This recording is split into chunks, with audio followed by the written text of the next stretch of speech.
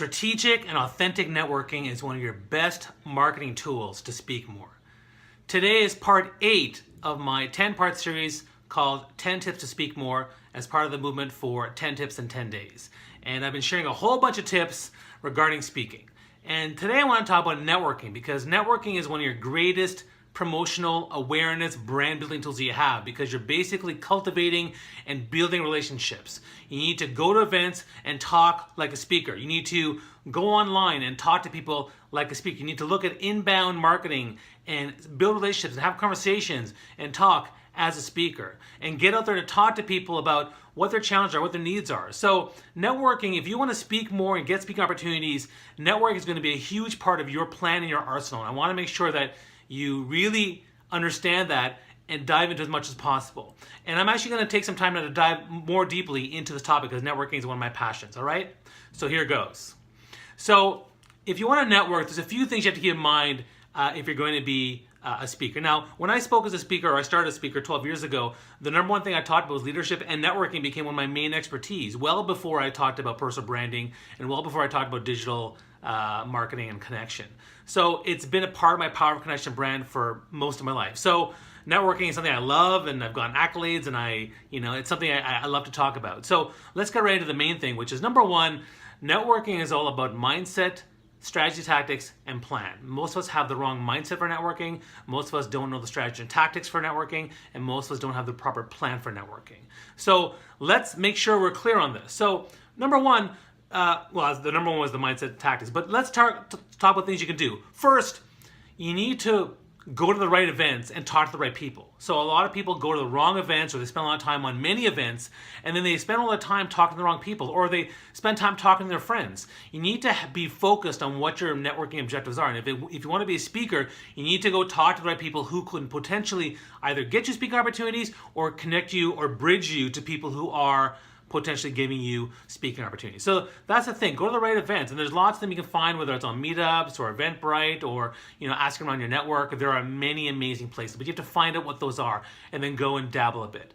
Then when you go to networking events, try to spend time investing in people's stories. Listen to their stories. Listen to what their fears, hopes, challenges, issues, stories are, because you'll be able to leverage that when you follow up with them, but also you can understand a bit better about how to present your stuff and your information. The other thing I think about too is, when you go to talk to people, be authentic, but be vulnerable. Being authentic means just, asking people, what you need, and asking people like what you're focused on, and asking people questions in terms of investing in them, really caring and genuinely trying to help people, try to help them make an impact, try to help them care about them. To me, networking is about giving. Networking is about, how can I help you? How can I help you make a difference? That's what I focus on when it comes to networking. So you want to make sure you have that investment of time with the people that could be potential opportunities. And then once you've done that, you also want to make sure you follow up. And the thing is, most people don't follow up. What's the point of getting their business card or adding them on LinkedIn if you don't follow up? It makes networking useless. So you got to follow up. And that's also part of the inbound marketing piece because you're building that relationship online as well.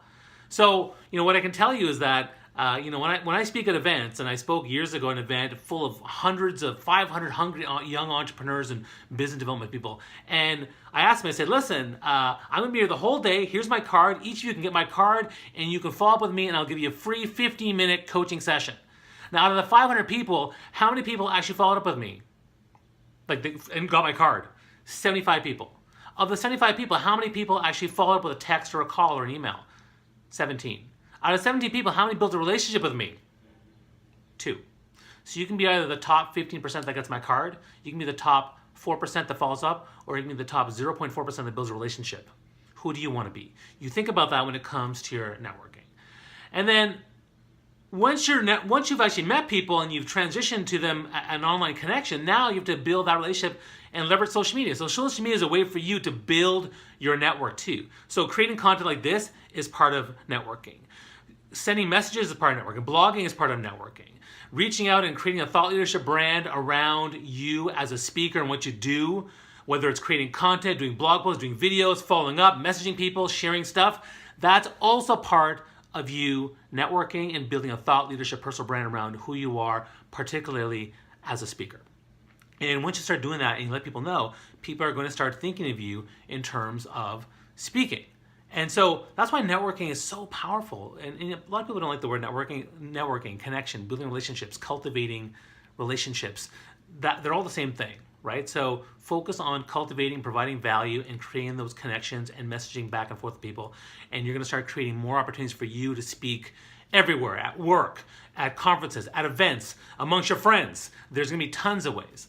And what I also want to mention here is, this 10 tips, 10 days thing is movements out of control, and I haven't even been able to keep up with all the videos, so I thank you for that, and I'm really, really grateful for what people have done.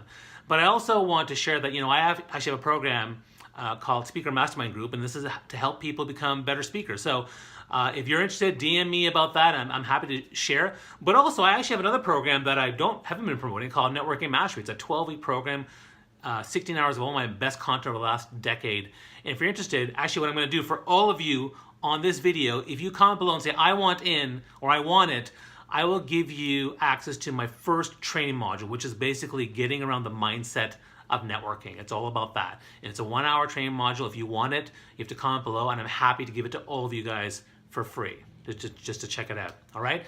Otherwise, in the meantime, again, networking is going to be a huge part of your marketing, about your awareness, your brand building, and you have to get out there and build those relationships and create tremendous value with every interaction. If you have any questions about speaking, getting speaking opportunities, or networking or personal branding, by all means, comment below, let me know. I'm here to help you as much as possible. And we're coming near the end. There's only 2 more left of this series, and I hope you've been enjoying this. All right? Thanks so much, guys, and I'll see you guys tomorrow. Bye.